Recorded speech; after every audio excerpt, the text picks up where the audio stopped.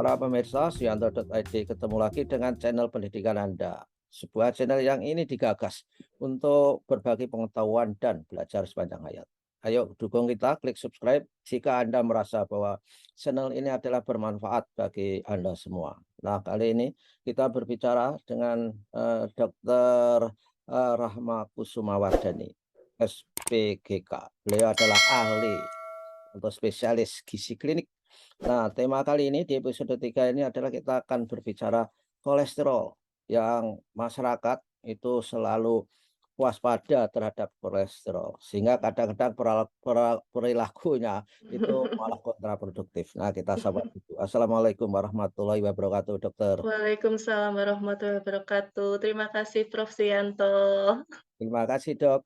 Di tengah kesibukannya menyempatkan membuat informasi di suyanto.id untuk para pemirsa, baik para generasi muda, ibu-ibu, lebih-lebih orang tua seperti saya. Dok, Nggih, temanya adalah kolesterol. Gimana? kolesterol Prof. Nggih. Nah, gimana kolesterol itu? Katanya dibutuhkan, katanya Mhm, ada yang jahat, katanya ada mhm, yang baik hati kolesterol itu. Gimana, Dok? nggih, betul Prof. Jadi kolesterol itu kan sebetulnya dia termasuk di anggota keluarga lemak Prof. Oh, ya, ya, ya. Oke, jadi kan lemak itu ada kolesterol, ada trigliserida, ada fosfolipid, ada asam lemak. Nah, kolesterol termasuk di dalam salah satunya, anggota keluarganya. Dan betul sekali, Prof. Sebetulnya kolesterol tuh pasti semua yang diciptakan Allah pasti ada manfaatnya, Prof. Tidak Ya, mungkin tidak, nggih. Nah, kolesterol sendiri dia mempunyai fungsi untuk membentuk hormon. oke. Kemudian dia membantu untuk pembentukan vitamin D. Uh, Kemudian untuk menjadi lapisan pelindung sel syaraf, Prof. Wah, Kemudian ya, sebetulnya kemudian ya, mhm, sebetulnya takdirnya kolesterol itu mhm, punya tugas yang mulia, Dok, ya? betul sekali. Kemudian sebagai pembentuk dinding salah satu komponen untuk membentuk dinding sel juga, Prof. Nah, Hmm. apa jadinya kalau nggak ada kolesterol kan, Prof? Iya, iya. Kemudian untuk pelarut vitamin A, D, E, dan vitamin K. Hmm. Jadi kalau kita konsumsi vitamin A, D, E, K, tapi kita nggak ada lemak atau nggak ada kolesterolnya, tidak bisa terserap, tidak bermanfaat juga untuk tubuh kita. Oh, Gitu. luar Dan biasa. kemudian kalau untuk anak-anak itu untuk pertumbuhan dan pengembangan jaringan otak juga, Prof. Hmm. Begitu. Jadi untuk anak-anak sebetulnya malah butuh lemak yang optimal, butuh kolesterol yang optimal, seperti itu, Prof. Ya kok Nggih. sampai, Dok, Mhm, kok sampai kolesterol itu mhm. jadi mudarat bagi seseorang? Nah Ceritanya gimana itu, Dok? nah, betul, Prof. Jadi kolesterol kan memang ada 2 nggih, Prof, nggih. Kalau istilahnya yang biasanya orang-orang sebutnya kolesterol jahat sama kolesterol baik ya. Heeh. Kolesterol jahat itu yang kolesterol LDL, kolesterol baik itu yang HDL gitu. Tapi itu tadi, Prof, semuanya itu sebetulnya baik. Menjadi jahat ketika berlebihan di dalam tubuh. Mhm. Jadi kan kalau misalnya memang kolesterol atau atau LDL itu memang jahat, pasti diharapkan ketika kita melakukan pemeriksaan laboratorium hasilnya nol. Tapi Oh, kan tidak, Prof. tidak ya, Kan yang bagaimana? diharapkan kan range ya, ada rentangnya gitu, Ya, Prof. ya. Mhm, Hmm. betul. Kalau seperti kolesterol kan diharapkan range-nya normalnya bisa maksimal 200. Betul. Kalau yang, LDL gitu diharapkan tetap ada di dalam tubuh, tapi dengan nilai ambang atasnya 130, gitu. Jadi untuk LDL sendiri atau kolesterol jahat, sebetulnya dia berfungsi untuk membawa kolesterol ke seluruh tubuh kita, ke bagian tubuh yang membutuhkan, Prof. Oh. Begitu. Nah, tapi ketika dia berlebihan, dia suka nyelip-nyelip di dalam pembuluh darah, Prof. Nah, gitu, nyangkut di pembuluh darah, gitu. Oh, oh, ya. Nah, itu kalau berlebihan, Prof. Nah, Nah, tapi terus ada satu lagi tugasnya yang kolesterol baik, yang HDL. Yang hmm. HDL ini tugasnya ngangkut sisa-sisa yang nyangkut di pembuluh darah itu, Prof. Oh, jadi tukang ih, Heeh, ya. jadi diajak pergi lagi gitu, yang nyangkut-nyangkut itu, "Ayo pergi lagi," gitu. Nah, Dok, Mhm, ketika berlebih ini kan mhm, tidak spontanitas ya berlebih. Misalkan Betul. makan daging banyak, makan udang banyak, tiba-tiba Mhm itu kan mhm, akumulatif Dok, dari sedikit, betul. sedikit, sedikit gitu atau memang fenomenanya itu ketika orang makan langsung Mhm. LDL-nya itu naik begitu? Oh, ya baik, Prof. Jadi sebetulnya kalau untuk kolesterol sendiri itu kan sumbernya 2, Prof. Ya, Sumbernya bisa dari makanan, hmm, kemudian sumber yang kedua adalah dia disintesis atau dibuat oleh tubuh kita sendiri, oke, gitu ya. Jadi kalau misalnya katakanlah, yang dari dan keduanya prosesnya seimbang, Prof. mhm, Kalau yang dari makanan sudah berlebihan, yang dari dalam tubuh akan mencoba mengurangi. oke. Sebaliknya, kalau yang dari makanan kurang, yang dari dalam tubuh mencoba untuk melengkapi, untuk menambahkan sampai hasilnya normal. Nah, itu tadi, ketika kita konsumsi dalam jumlah yang berlebihan, pastinya dia akan menyebabkan kolesterol tinggi. Tapi tidak dalam satu waktu, Prof. Gitu. Pasti itu merupakan akumulasi. Ya. Mungkin dari sekian minggu atau sekian bulan baru kolesterolnya tinggi. Kalau cuma 1 hari aja enggak. Tapi orang itu saking ketakutan, Dok, saya punya teman Mhm, mau makan durian saja sebelum makan heeh. minum norit yang banyak itu kolesterol. Aduh, padahal kan kalau yang pertama, Prof, kalau dilihat dari sisi kandungan kolesterolnya sendiri, durian tuh tidak mengandung kolesterol loh, Prof, Iya, sebetulnya. wow, Iya, iya iya iya. heeh. Wah, Dan kemudian kalaupun katakanlah nih, misalnya memang durian mengandung kolesterol, Kak Norit nggak ada hubungannya, Prof, sama kolesterol. wah, kalau begitu, Heeh, kasihan dong, apa, kurang durian pas, kurang ya, tepat, nggih. nah, durian nggak ada kolesterol, tapi difitnah, Dok, dengan Iya, kolesterol. Kasihan yang inggih. jualan itu. Ya, tapi pastinya itu, Prof, maksudnya segala sesuatu yang baik ketika berlebihan pun jadi tidak baik juga, Prof, begitu. Ya ya.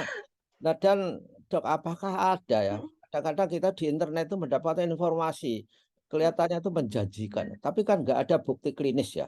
Namun mhm. orang kadang-kadang ya percaya, misalkan Iya, adakah makanan yang memang menurunkan kolesterol, anti kolesterol, memang ada Dok itu? Jenis makanan baik atau sayuran atau apa itu? baik, Prof. Jadi sebetulnya ketika misalnya memang kita melakukan pemeriksaan atau kita memang didiagnosis katakanlah, kolesterol kita tinggi, pastinya ada beberapa langkah yang bisa dilakukan, Prof. Kalau yang utama pastinya mengatur kembali makan kita, pola makan kita. Pilih makanan-makanan yang sehat, yang bergizi seimbang.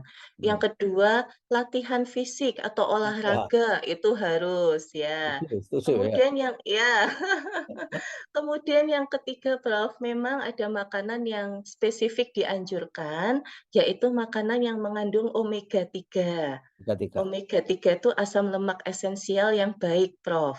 Di mana Nggih. saja itu Dok? Kalau yang paling gampang, Prof, dari ikan. Oh ikan, ya. Iya, kalau dulu kita taunya, oh ikan yang banyak omega 3-nya tuh dari, ikan salmon, ikan tuna, us ikan-ikan impor gitu, Prof. Karena ikan Tapi mahal. tapi ternyata ikan lokal pun juga omega 3-nya tinggi, Prof. Ikan Oke. bandeng, ikan gabus, ikan lele, ikan nila.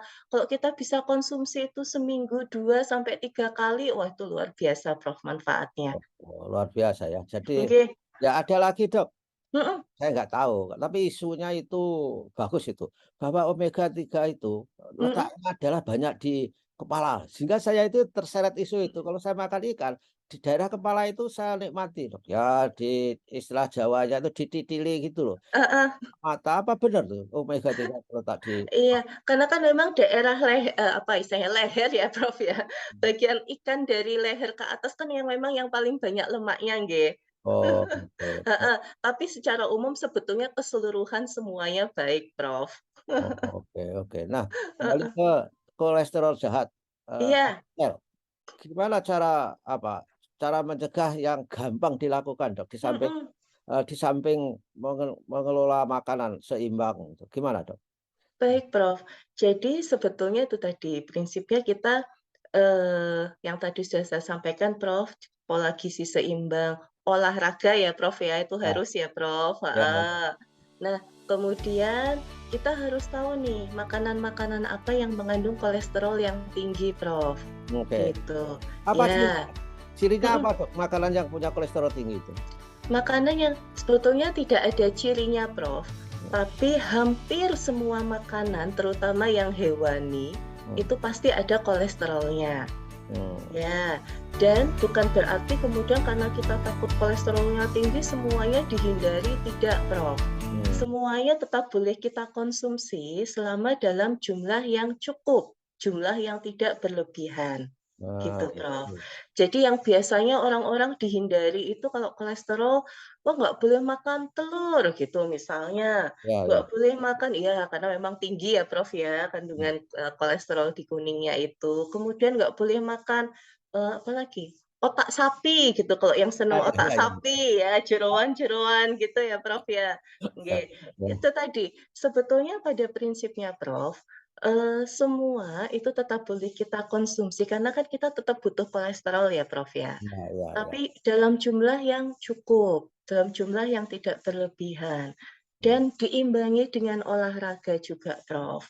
Kita makan makanan yang kandungan kolesterolnya tidak terlalu tinggi, hmm. standar gitu ya, Prof, ya. Ya, Tapi kitanya juga kalau istilahnya anak zaman sekarang lebih banyak rebahan gitu ya, Prof, ya. ya.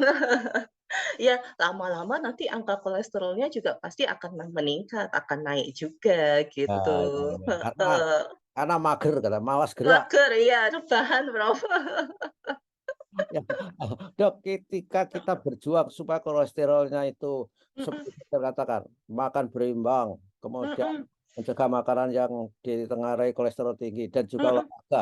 Kalau iya, dilakukan, itu yang akan diperbaiki LDL saja atau HDL juga?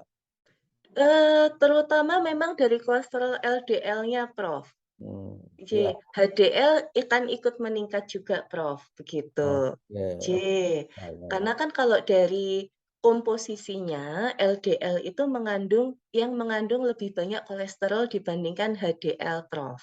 Oke. Sementara kalau untuk meningkatkan HDL itu tadi, lebih banyak konsumsi omega 3-nya itu tadi, Prof. Oh, omega Mhm, 3. Gimana, Dok? iya. Katanya ada buah yang punya omega 3, katanya alpukat misalkan saja. Apa Oh betul? iya, betul, itu juga salah satunya, Prof, asam lemak baik omega 3-nya yang paling bagus ada di alpukat itu, Prof. Wow, wow, wow, luar Heeh. biasa. Konsumsi alpukat paling tidak dalam 1 hari kalau bisa ya, Prof, ya, setengah buah yang besar itu loh, Prof. Oke, oke, Heeh, tapi siap. jangan ditambahin gula atau susu manis gitu, Prof. Nah, itu. Saya sudah bisa, Dok, minum alpukat dikupas langsung Oh, di iya. dimakan gitu, sudah bisa. Apalagi yang alpukat mentega itu ya, Prof, ya, wah itu enak banget itu. Iya, iya, iya. Saya juga menanam itu. Jadi Oh, artinya, saya berbudaya.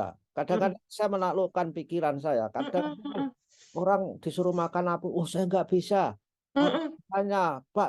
Rasa itu kan ada di mindset kalian. Jadi iya, kalau mindset-nya diatur, ya saya kira bisa masuk lah ke dalam. heeh, Nah, Dok, ini heeh, pertanyaan terakhir mungkin ya. mhm. Kalau orang setua saya, ya tidak saya, artinya saya mewakili orang-orang yang usia. Dulu, Dok, saya itu sangat fanatik minum susu. Saya misalnya pergi ke mana di pesawat, yang saya minta mesti, fresh milk itu. Apakah Iya, orang tua seperti usia 60-an, 70 itu masih perlu susu tidak, Dok? baik, Prof. Jadi kalau yang dulu sempat kita bahas juga ya, Prof, ya, di episode pertama itu yang Iya, tentang, susunan gizi seimbang, isi iya, piringku.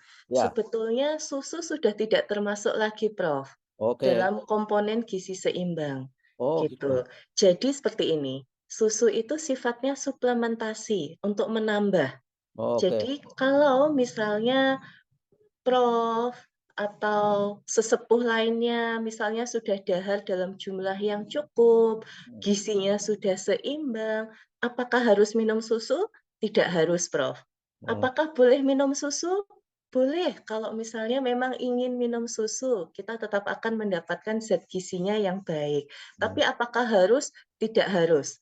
hmm. Selama memang makanannya yang dikonsumsi gizinya sudah seimbang, Hmm. gitu. Nah, mungkin satu lagi Prof, karena kan ya, seiring bertambahnya usia, fungsi tubuh kan juga sudah mulai menurun nggih Prof, Iya, iya, nggih. betul. Nah, mungkin dikhawatirkan juga kalau misalnya konsumsi susu, ada enzim yang tujuannya untuk mengolah atau mengurai bahan di dalam susu itu sudah mulai berkurang. Oke, ya, Nah, mungkin takutnya terus malah jadi diare misalnya Prof, atau oke. perutnya malah jadi kembung atau tidak nyaman. Nah, itu kembali ke individu masing-masing Prof, Hmm, gitu. ya, ya. Suatu Prof ngunjuk susu ternyata masih baik-baik saja, Hmm. tapi ada teman yang lain ngunjuk susu ternyata perutnya sudah tidak nyaman, itu juga bisa, Ya, gitu Prof. ya, insya Allah saya Mhm masih oke, tapi saya sudah tidak minum susu. Hanya beberapa saat kalau mhm misalkan cucu saya beli susu bel mhm, atau heeh. makan, saya minumlah daripada expire gitu, Dok. Eman-eman ya Prof ya? Ya, nah Nggih itu. Prof.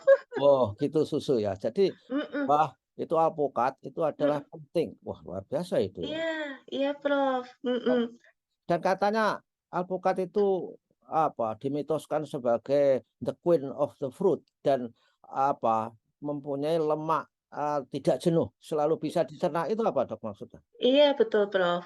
Jadi kalau alpukat itu tadi mengandung asam lemak esensial atau asam lemak yang tidak jenuh itu tadi ya, Prof, ya. Ya. Yang dia manfaatnya itu tadi, bisa membantu untuk mengurai inflamasi atau peradangan-peradangan yang ada di dalam tubuh.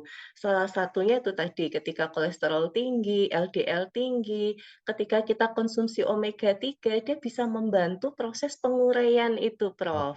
oke. Bisa membantu untuk meningkatkan kadar HDL-nya juga, begitu. Oh, iya, iya. Mhm, Kuncinya itu seimbang itu tadi, Dok, ya. Jadi iya sebetulnya. itu yang bisa untuk mengetahui seimbang itu harus sekolah kedokteran itu, Dok. Nah, masyarakat kan dibanjiri akronim-akronim, katanya, "Awas, hindari benjol," katanya, "bayam, endok, nanas, jeroan, otak." Itu Heeh, kan kan sebetulnya tidak semuanya benar itu ya, itu. iya betul. Ya, Sebetulnya semua selama dikonsumsi dalam jumlah yang cukup, tidak berlebihan, insya Allah ada manfaatnya, Prof. Gitu. oke. Nah, cuma kan gitu, kalau kita kan kok sudah enak itu kenaan, Prof. Nggak mau berhenti, nggak mau berhenti, Dok. Iya, nah itu masalahnya di situ aja. Tapi sebetulnya ketika kita konsumsi dalam jumlah yang cukup, itu insya Allah ada manfaatnya. Kalau kacang-kacangan, Dok, itu Hmm, mengandung tentu mhm. protein nabati, tapi itu apakah juga ada potensial untuk membangunkan LDL, Dok? Kalau untuk kacang-kacangan, sebetulnya yang utama adalah cara pengolahannya, Prof. Kalau Oke. kacangnya digoreng, ya gorengnya itu loh, Prof, minyak dari hasil Oh, gorengnya ya, itu ya, loh, ya. heeh, yang bikin LDL-nya tinggi. Tapi kalau misalnya kacang rebus gitu ya enggak, Prof. Oke, jadi Ya, saya akan anulah, baguslah ada alternatif, Dok, karena mhm orang-orang itu kadang-kadang sedih memikirkan, mhm, "Apa kok," gitu, "apa-apa kok dilarang oleh dokter ya?" Saya. iya. Terus saran saya sederhana, pindah dokter saja, saya bilang, yang tidak Iya melarang. iya. Tapi memang ini Prof, kalau misalnya ketika kita, sudah didiagnosis nih Prof nggih istilahnya, ketika kita sudah diperiksa ternyata memang betul kolesterol kita tinggi. Kalau dari Kementerian Kesehatan, itu untuk kadar kolesterol yang ideal yang diharapkan itu kan paling tinggi 200 Prof. 200 nih. 200 sampai 240 itu agak tinggi. Oke, Lebih dari 240 itu tinggi, Prof. oke. Nggih. Nah, ketika kita sudah mengalami hiperkolesterolemia atau kolesterol yang tinggi, ya memang otomatis tetap boleh konsumsi, tapi ya jangan terus sembarangan. Pilih Ya, makanan-makanan yang kolesterolnya tidak terlalu tinggi, ya, begitu. ya, Seperti benar. daging ayam misalnya, atau kemudian, ikan, atau daging sapi tapi nggak ada lemaknya, seperti itu boleh. Ya, ya, ya. Nah, Mhm. memang yang menyebabkan enak itu lemaknya menurut saya, Dok. Oh, nah ya itu, Prof. Lemaknya yang harus dikurangi, Prof. Ya, ya, ya. Baiklah, Dok. Saya Mhm kira, luar biasa banyak, informasi yang sudah kita berikan kepada para pemirsa. Mudah-mudahan eee, bermanfaat dan insya Allah pasti Amin. bermanfaat. Karena ini datang dari ahlinya, saudara-saudara pemirsa. Jadi jangan percaya kepada fitnah-fitnah, misalkan saja, durian kolesterolnya tinggi, kasihan penjualnya. Tapi yang penting adalah menjaga keseimbangan itu. Terima Iya, kasih Dok atas kehadirannya dan insya Allah bermanfaat. Dan amin. ketemu lagi, kita Insya Allah, jaga Prof. terus waktu dokter supaya bisa mencerdaskan masyarakat kita dalam hal berkonsumsi yang memiliki gizi yang benar. Itu Dok ya. Amin. Amin, insya Allah, Prof.